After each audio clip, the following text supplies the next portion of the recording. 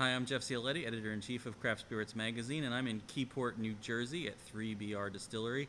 And 3BR is actually one of the very, very few American distilleries making a version of Korea's traditional spirit, Soju. Here to talk a little more about that is one of the co-founders, Alex Zhdanov at 3BR. This is my Gom Soju. Gom actually translates to bear.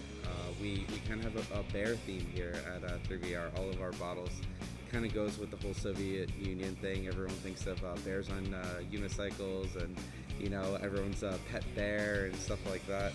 Gom Soju was originally a one-off for us. It was something that I was working with with Soy and Rice, who is a Korean rice wine som that I met randomly at a bar. And it just turned out so great.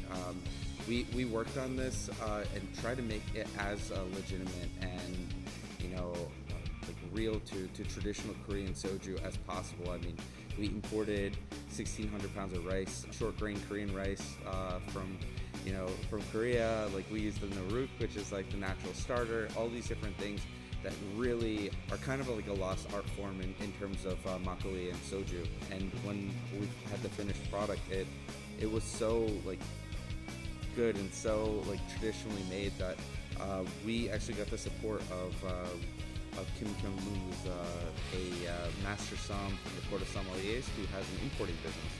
And his logo is right here on the bottle, because he now distributes this in New York City and in California for us. And the logo, it says importer of the real soju. And it's because a lot of the stuff that they have now in the United States isn't exactly that traditional rice soju that was made for many years. You know, everyone knows the green bottles. It's not the traditional thing that was being made in Korea before the Korean War and the famine that caused them to ban using rice. So because he basically approved my product, he wanted to distribute it. He ended up convincing me, and it didn't take a whole lot of convincing, to make it as a year-round product, and really start pushing it for an evolution in soju cocktails, because it's now an affordable, locally made soju that is as legitimate as a lot of the things coming out of Korea. Honestly, still makes for an amazing shot, but in cocktails, the funk like comes out so cool. We do a cocktail with like a barley tea and this, and we call it exploding tea bags, and it drinks so cool. And a lot of other things. We really try to lean into those flavors that you get in that soju, the radish and the malt and like a little bit of that rice. It's a really cool product.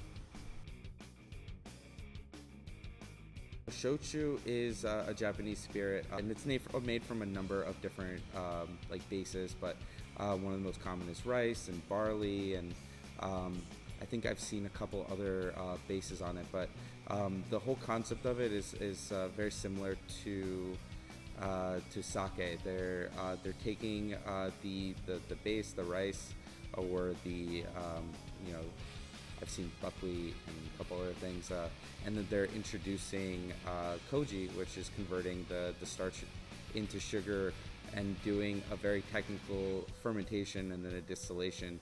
Typically, they do one distillation too on shochu as well. So it's extremely flavorful and very technical in the way that it's made with a very specific yeast and a very clean koji.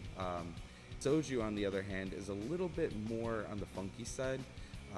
So this is 100% made out of rice, but again, I've seen it made from a couple other things as well that are also legitimate old methods, but they use a different instead of using pure koji, they're using something called naruk, which is a combination of a bunch of wild yeasts and some koji cultures and other things that still does the simultaneous fermentation, the conversion and fermentation, but it's a little bit more wild.